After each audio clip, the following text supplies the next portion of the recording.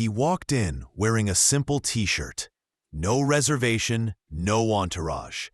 The waiter took one look and said, "You don't belong here." But what he didn't know? That man was Big Shaq. And not only did he belong, he owned the entire restaurant. What happened next shocked everyone. It started with a voice that echoed across the marble floors of a luxury restaurant.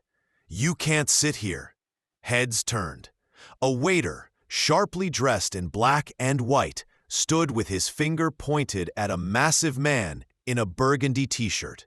The man? None other than Shaquille O'Neal, NBA legend, entrepreneur, and media icon. But today, he wasn't wearing a suit. No entourage, no cameras, just Shaq, quietly seated at a corner table. The waiter didn't recognize him, or maybe he did, but didn't care. "This section is reserved for VIPs, the waiter snapped. Shaq raised an eyebrow, calm, silent, but the tension in the room was thick. Shaq leaned back in his chair, his massive frame towering even while seated. "I'm just here for lunch," he said. The waiter scoffed. "This isn't a burger joint. You need a reservation and a jacket." Shaq smiled politely. "I'm good, thanks." But the waiter wasn't done. He turned to nearby guests and muttered, "Some people think money buys manners." That's when the manager walked in, visibly stressed, trying to defuse the situation. "Sir," he said to Shaq, "here are several emotionally charged, visually precise prompts tailored to the image you uploaded, each designed to spark curiosity, highlight social contrast, and maximize viral potential. Prompt options for storytelling or shorts. 1. He had everything, but he gave his lunch to a stranger. Hook. Compassion in the face of privilege. Why it works.